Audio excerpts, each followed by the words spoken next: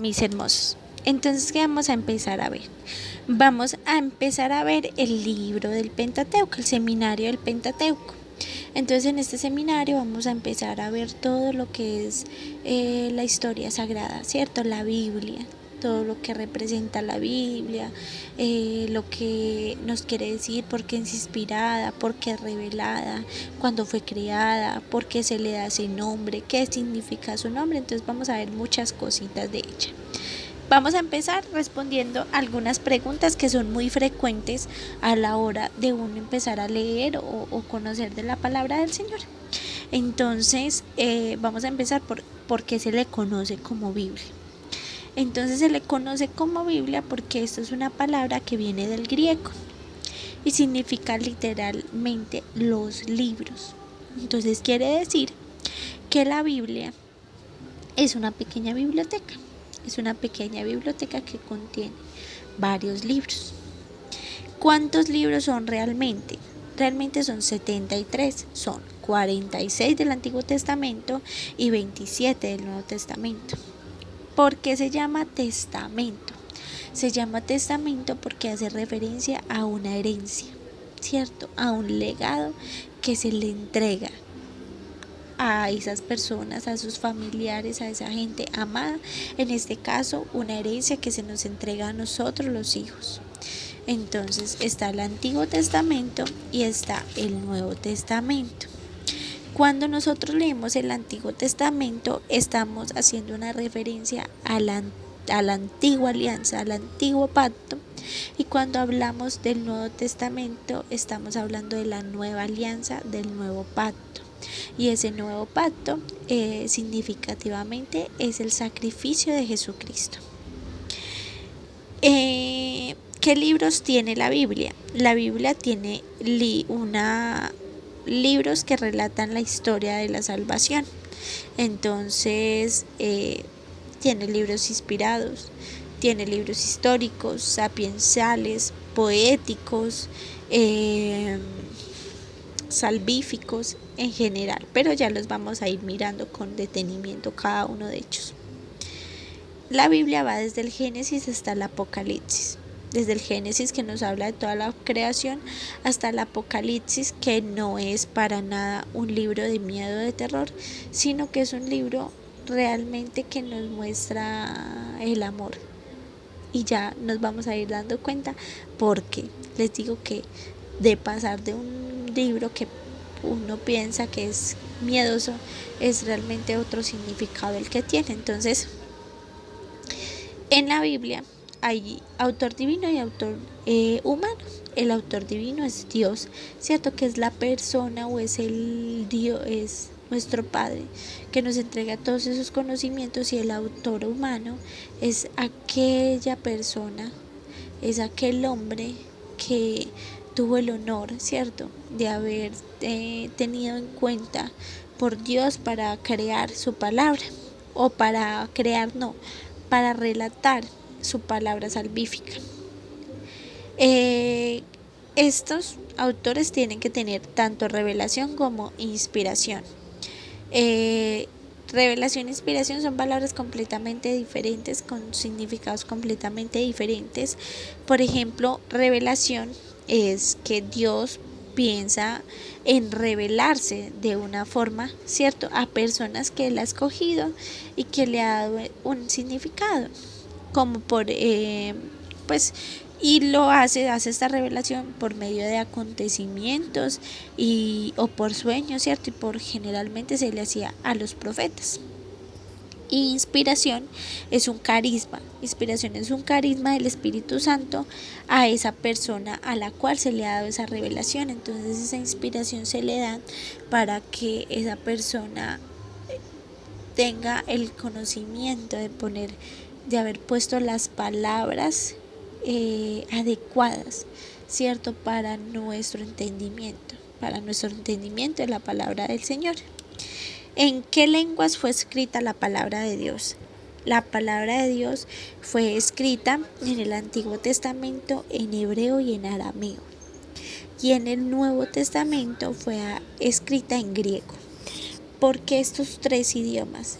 Porque cada uno de estos idiomas se daba según la época. En el Antiguo Testamento la lengua más común era la hebrea y el arameo, que ahorita tristemente se conoce un poquito como lenguas muertas. ¿Por qué? Porque ya no es un dialecto, ya no es una lengua que tenga mucha relación o que tenga mucha relevancia en la época ya, ¿cierto? Ahorita casi siempre o es inglés o es portugués o es francés, pero estos idiomas, estas lenguas que son tan lindas y tan nativas, se han ido perdiendo un poco, ¿cierto? Y no todos las aprenden, ¿cierto? Y en el griego ya era una lengua más conocida en el Nuevo Testamento, ya era algo más universal, era como decir el inglés ahorita, entonces se hablaba muchísimo más de ella, entonces se empezó a escribir en ella para que fuera un poco más entendible su conocimiento. ¿Cómo llegamos pues a tener los libros que ahora nosotros tenemos en la Biblia? Entonces, esto se debe a la tradición oral. ¿Qué es la tradición oral? La tradición oral son relatos que se fueron pasando de generación en generación, ¿cierto? Que se fueron dando de abuelos a hijos, de abuelos a padres, de padres a hijos y así sucesivamente. Con el tiempo, ya después se conoció el autor humano, al cual se le dio el nombre de agiógrafo, y este autor humano, pues se encargó de todas estas traducciones. En la palabra del Señor se conoce el canon de la Sagrada Escritura. ¿Y qué es el canon de la Sagrada Escritura? El canon son los libros o son el listado de esos libros sagrados que tiene la palabra del Señor. Entonces el canon, la palabra canon, viene de la palabra griega medida. Antiguamente en el Antiguo Testamento se le conocía canon como el medidor que utilizaban en la época para que las construcciones que ellos hicieran no se desnivelaran, no quedaran chuecas. Entonces ellos utilizaban un medidor que se llamaba canon. Ahorita nosotros lo conocemos como medidor y todavía se ve mucho en las construcciones, que es una pequeña regla que tiene en la mitad un líquido verde y que le ayuda a los constructores a mirar que la superficie esté derecha, ¿cierto? También se escucha mucho derecho canónico. Y el derecho canónico son normas a través de las cuales todos nos regimos en nuestra vida de fe. Entonces, ¿qué es canónico? Lo canónico significa rectitud, ¿cierto? Lo que nos lleva por el camino derecho en la voluntad del Señor, ¿cierto? ¿Qué vamos a ver? Pues vamos a empezar a ver dónde salieron y cómo fueron creados cada uno de estos libros. Entonces vamos pues a iniciar hablando del texto que se tiene en la palabra del Señor. Entonces resulta que este texto se llama como manuscrito. Eso es conocido como manuscrito. Y el manuscrito es una representación de los primeros libros de la época. En la época pues como no era medida ni por años, ni por lugares, ni por geografía. Entonces pues en esa época antes de Cristo pues no había ni lapicero, ni lápices, ni plumillas, ni nada con lo que se pudiera, ¿cierto?, escribir, ni papeles, ni hojas. Entonces pues ¿cómo lo hacían? Como les dije anteriormente, lo hacían por la tradición oral, por contar de historia en historia, ¿cierto? Entonces la historia de salvación se empezó a ver así, por medio de una comunicación oral, voz a voz. Pero pues Dios, a medida que se fue revelando en acontecimientos y en palabras, empezó a dar una orden de transmitirlo pues de generación en generación, pero de que no se fueran a perder, ¿cierto? Que no se olvidara y cada uno de esos acontecimientos. Entonces, bíblicamente, este voz a voz se conoce como sicarón. ¿Y qué significa? Pues la palabra sicarón significa memorial. Entonces ahora nosotros nos movemos y pues actuamos a través de un memorial, que lo hacemos por medio de la Eucaristía. Eso es un memorial, ¿cierto? Porque hacemos conmemoración y recuerdo a lo que fue Jesucristo y a lo que fue la cena del Señor, a lo que fue su sacrificio y su entrega. Eso es un memorial. Esta primera parte, pues como les digo, fue de una forma oral, porque pues el pueblo debía conservar en su corazón cada uno de estos acontecimientos, y a medida que fue pasando el tiempo, pues ya se empezó a escribir en corteza de árboles o en las pieles de los animales. Entonces ese era el material pues original en que la Biblia, cierto, se llamaba, pues en la Biblia se le llamaba pues al autor sagrado, que se le llamaba autógrafo. Pero pues no es un autógrafo de que fírmeme aquí un famoso o algo, no. Es autógrafo, o la palabra es autógrafo, es porque auto significa la misma persona y grafo significa escrito, ¿cierto? Un escrito de la misma persona. Entonces por eso a ese autor, a esa que se le había revelado, se le daba ese nombre como autógrafo. Las copias, un autor inspirado, ¿cierto? Escribió el libro bíblico en un manuscrito, en una corteza de árbol, en una piel de un animal, y lo copiaron, ¿cierto? Y las personas que lo copiaban eran personas dedicadas a pasar estos textos a otros. ¿Para qué lo hacían? Era porque era necesario copiar esto para que se pudiera pasar de generación en generación, porque pues yo me imagino ahorita nosotros cómo seríamos cogiendo las pieles de los animales para leer, ¿cierto? Entonces digamos que al haber llegado los pergaminos y todos los manuscritos y todos estos materiales a la época, pues fue mucho más fácil para que ahora nosotros fuera pasándonos de generación en generación cada uno de estos acontecimientos. En la Biblia están las versiones y están las traducciones, ¿cierto?